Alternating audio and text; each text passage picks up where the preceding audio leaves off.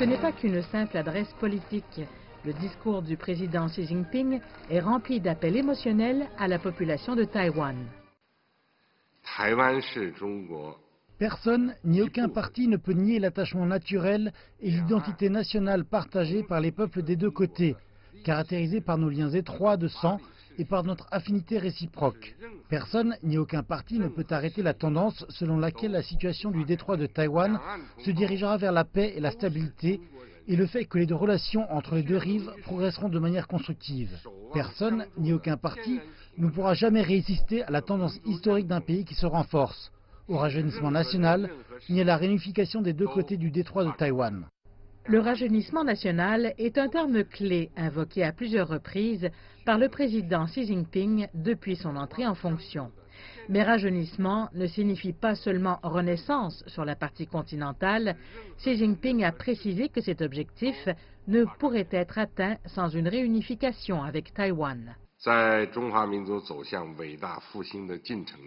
Pour le peuple chinois qui aspire au rajeunissement de la nation chinoise, ses compatriotes de Taïwan ne seront pas absents.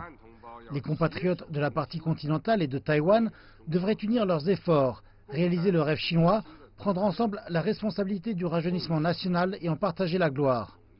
La question de Taïwan a été causée par la faiblesse et le chaos de la nation chinoise et sera certainement résolue par le rajeunissement national.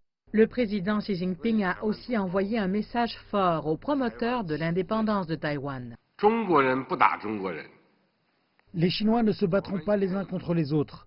Nous sommes prêts à faire les plus grands et sincères efforts pour assurer l'avenir de la réunification pacifique. Parce que réaliser la réunification pacifique est l'option la plus bénéfique pour les compatriotes des deux côtés du détroit de Taïwan et pour l'ensemble de la Chine. Cependant, nous ne promettons pas de renoncer à l'usage de la force. Nous nous réservons le droit de prendre toutes les mesures nécessaires contre l'intervention de forces extérieures et contre les activités sécessionnistes de quelques rares séparatistes indépendants de Taïwan, mais absolument pas contre nos compatriotes de Taïwan. Le président Xi Jinping a réitéré la politique de longue date d'un pays, deux systèmes, consistant en une solution au problème, une idée d'abord proposée par l'ancien dirigeant Deng Xiaoping. La politique stipule qu'après la réunification, le système social actuel de Taïwan peut rester inchangé et même conserver son armée.